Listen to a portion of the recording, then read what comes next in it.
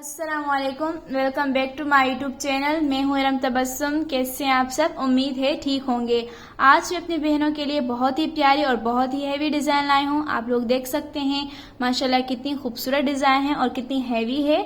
Colour combination भी आप देख सकते हैं। हमने सिर्फ एक ही कलर का धागा यूज़ किया जो कि बहुत ही प्यारा लग रहा है। आप इसका गला देख सकते हैं जिसमें हमने छोटी सितारों का और स्मॉल साइज मिरर यूज़ किए हैं जो कि बहुत ही खूबसूरत लग रहे हैं।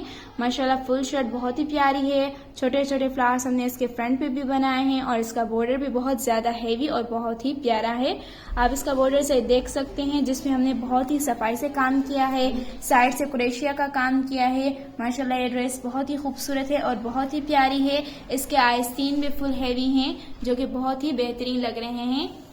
इस शर्ट को बनाने में कम से कम 1 मंथ लग जाता है। हम आप लोगों के लिए इतनी ज़्यादा मेहनत करते हैं। सो प्लीज़ हमें सपोर्ट किया करें, हमारे चैनल को सब्सक्राइब करें, शेयर करें, बेल आइकन को दबाएं। अपना बहुत ज़्यादा ख्याल रखिएगा। मिलते हैं नेक्स्ट वीडियो के साथ। अल्लाह हाफिज़।